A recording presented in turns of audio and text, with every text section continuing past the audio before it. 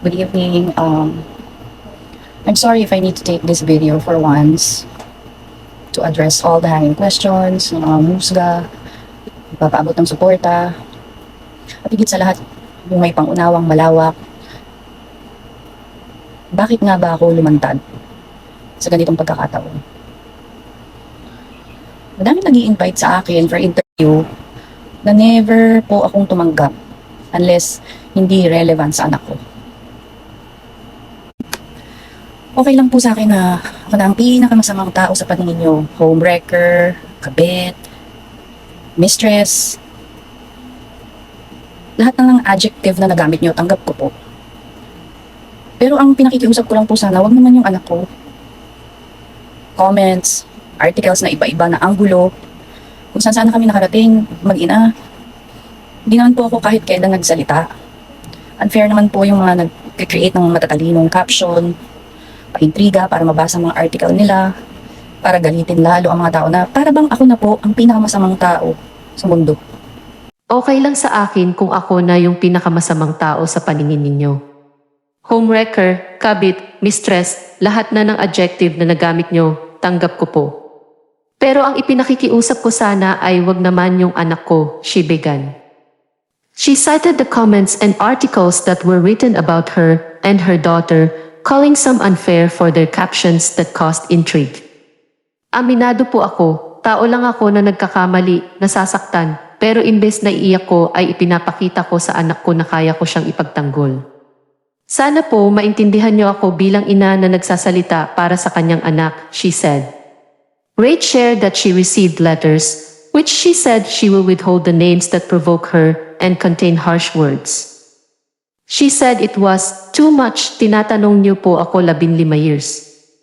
Nanahimik na rin lang naman ako, bakit kailangan ko pang ipangalandakan sa buong mundo na may anak ako kay Kiko? For the record, sa lahat ng hindi nakakaalam, iisa-isahin ko po sa inyo.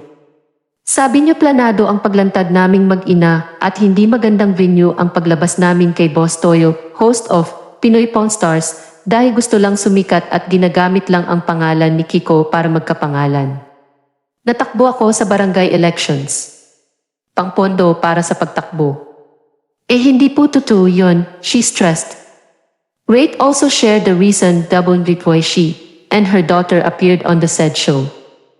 She wanted to support her daughter's dream to enter showbiz. Si Cheska bata pa lang, alam na niya ang pangarap niya. Yun ay maging artista regardless of who her father was. When she reached 14 na, she was firm with her decision to enter showbiz, Rate said. Amid the noise that is currently hounding her and the people involved, Rate said she is sorry to Kiko's family. Sa lahat po ng nasaktan, sa pamilya po ni Kiko, humihingi po ako ng dispensa sa lahat ng kaguluhang ito.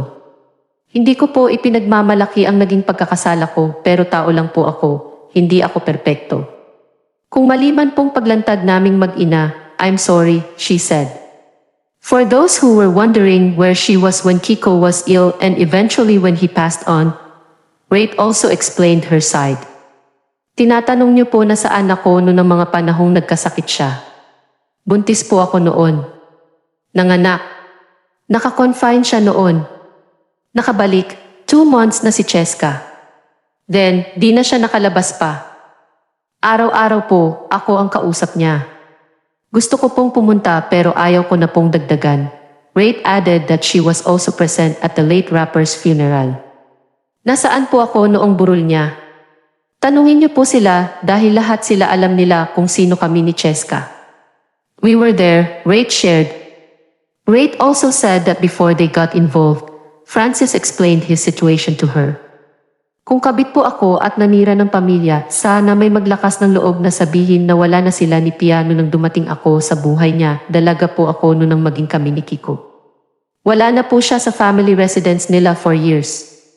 And wala po akong na-violate na batas sa Pilipinas dahil single po ang marital status ng partner ko hanggang sa kinamatayan niya. She added that Francis explained this to her mother and her family, wala po akong hinahabol. Masyado nang matagal ang mga nangyari. We're not expecting approval or acceptance, but respect, she said.